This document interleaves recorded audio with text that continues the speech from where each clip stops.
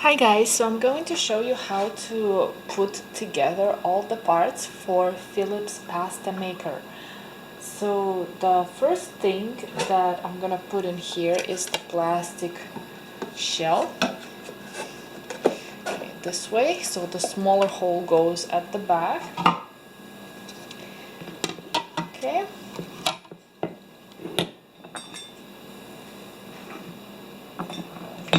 Then we have our extruder.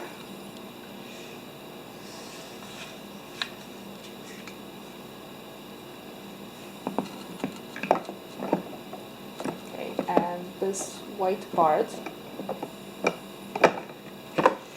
goes over your extruder like this. Then you're supposed to attach the nozzle. So this is for penne.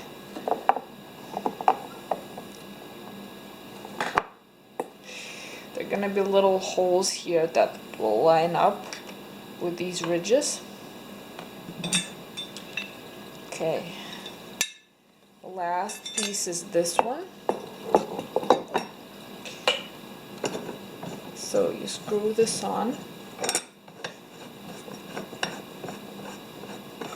Make sure you screw it on tight, otherwise your machine might leak.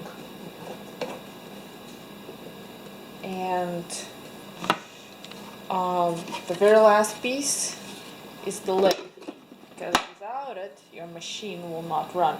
Of course, don't forget to put some kind of a bowl underneath, and you have your gadget for slicing up your pasta. So you're all set to go.